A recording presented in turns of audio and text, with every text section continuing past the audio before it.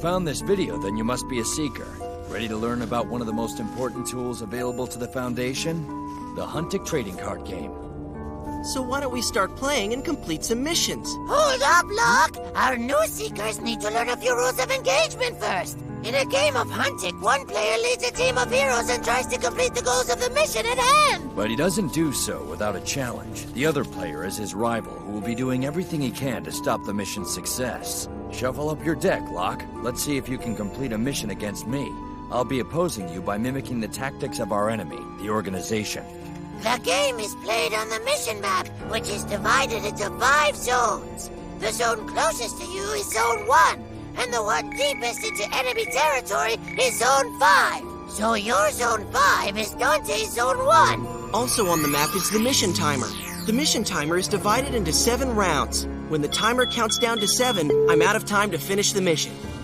As long as I finish the mission in time, it means I win. If Locke hasn't completed the mission by the time those 7 rounds are up, I was able to stop him, and I win. Locke, I have chosen your mission at random from the mission cards in your collection, and your goal is to retrieve the Ring of Arc!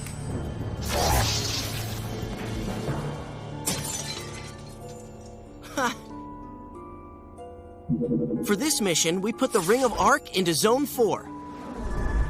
And then I just send out my heroes to carry it back to my base at Zone 1. Not a problem for a seeker of my talent. You need to pick up your opening hand of cards first. After you've shuffled your deck, pick up the top 5 cards. These are the cards you can use during the first rounds of the game. Each later turn, we'll both draw 2 new cards. We both get new titans as the game goes on. Look at this awesome card, Seekers. This is a hero card. Heroes can be Seekers or Titans. You need to put heroes onto the map if you're going to succeed at your mission. And your rival will also be playing hero cards to stop you. But you can't just put your heroes anywhere. Right. You can only put new heroes in Zone 1. In this game, players take turns making plays during each round, until both players have nothing else they want to do. Then you move the timer to the next round. Players alternate who will go first each round. The player on the mission goes first on rounds 2, 4, and 6. The defending player gets to go first on rounds 1, 3, 5, and 7. This is the first round, so you are the defending player. You're up, Dante! For my first move, I will put Metzi into play. Playing a hero takes my turn, so that means it's now Locke's move, if he's not too scared. Me afraid of one hero? I don't think so. I've got my own hero to play. Back to me then. I play a second hero. Your move, Locke. My first hero, Shinobi, was a major hero card. Each player can only play 1 major hero card each round, okay? But not every hero is a major hero.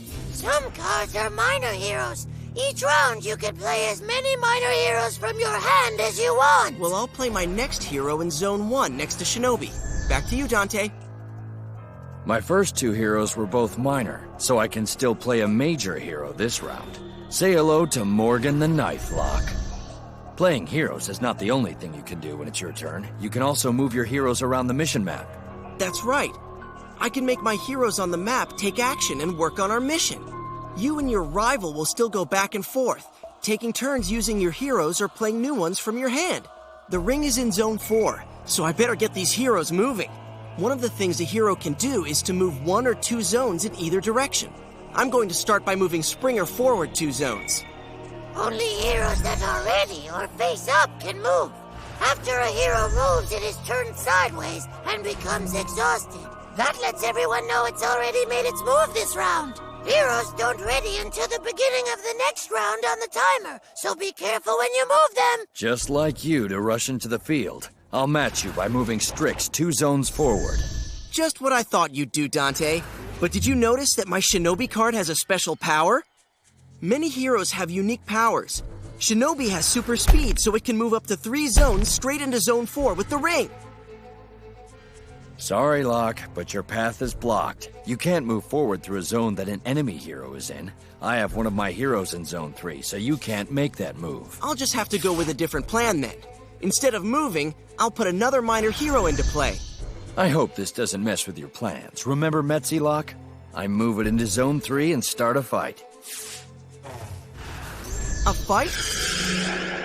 Yes, Locke. Whenever you move a hero into a zone that also has an enemy hero in it, you can choose to start a fight. That means Dante could have started a fight with his last move, too. That's right, but why start a losing battle when I can wait and have my forces work together to defeat you? See, when a fight starts, all heroes in that zone take part in it. So it's a 2-on-1 fight? That's not very fair. When your heroes work together, you're more likely to win the battle. Any skilled seeker should know this. So let's see who wins this fight. Every hero has an attack number that shows how strong they are, and a defense number that shows how many attacks they can take before they're knocked out, or KO'd, and forced to leave the adventure. The first thing we do in a fight is add up how many attacks each side has. My two heroes have a total of 4 attacks. Since I only have one hero in this zone, my attack total is just 2.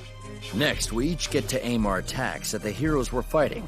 Since you only have one hero in this zone, all 4 of my attacks are aimed at Springer. But you, Locke, you have to make a choice. You only have 2 attacks, which isn't enough to defeat both my heroes, who have a total of 3 defense. So you need to carefully decide where to aim your attacks. I aim all my attacks at Strix. At this point, any heroes that have taken a number of attacks equal to or greater than their defense are knocked out, or KO'd. When your heroes are KO'd, take them off the mission map and put them into your own discard pile off to the side. Each of us lost one of our guys. Yes, but I still have a hero in Zone 3 to block your progress. Like I told you earlier, Dante, I have a plan. I have an action card in my hand that'll take me to the ring. Using an exhaust action card from your hand is something else a hero can do. To play one, just exhaust a ready hero, do what the action card says, and put the used action card into your discard pile. I still have Enderby here in Zone 1. It's going to play the avoidance card. This card says that all of my heroes get the special power Unblockable this round. Unblockable heroes can move through any zone, even if that zone has an enemy hero in it. That means on my next turn, Shinobi will be able to go right past your hero in Zone 3. Avoidance also lets me draw a card. Well played, Locke. But I have an action I'd like to play as well. This card is not an exhaust action, but a free action. Playing a free action takes my turn, but since I'm doing it, it doesn't exhaust any of my heroes. I'll play Designated Hitter, targeting Morgan the Knife. This card returns Morgan the Knife to my hand, and lets me put a new hero into play in that zone. Someone who should be able to handle Shinobi with ease. Back to you, Locke. That might make things a little rough, but okay. Here we go. I move Amit Hearteater forward and start a fight. So I have a total of 4 attacks. Not so fast there, Dante. This fight isn't going to be as easy as you think. I have another action card in my hand to use. Ah, you must have a powerful combat action card. That's right, Dante. Combat action cards are the only type of actions that can be played during a fight. Just like free actions, they do not require me to exhaust a ready hero. A good move, Locke. So you play the combat action Honor Guard. But do you understand how it works? Yep. Honor Guard subtracts 2 enemy attacks from this zone. And since Amit Hearteater only has 4 attacks, that means you will only be doing 2 attacks. Not enough to KO Shinobi. But Shinobi isn't going to KO Amit either. Shinobi's 4 attacks are not enough to KO Amit Hearteater. What a great surprise, Locke! With your combat action card, you kept Shinobi in the game so he can pick up the ring! He's right, Locke. You planned this mission well so far. Thanks. Now I'm just going to go ahead and make my move. For my move, I'm going to have Shinobi pick up the Ring of Arc. The Ring of Arc says you gain control of it if you have a hero in that zone. All you have to do is order Shinobi to pick it up. Not a problem. I'll use my turn to make Shinobi pick up the ring. Now he'll carry it with him wherever he moves. But if he gets KO'd... I know. He'll drop it in that zone. I'm done for this round. Me too.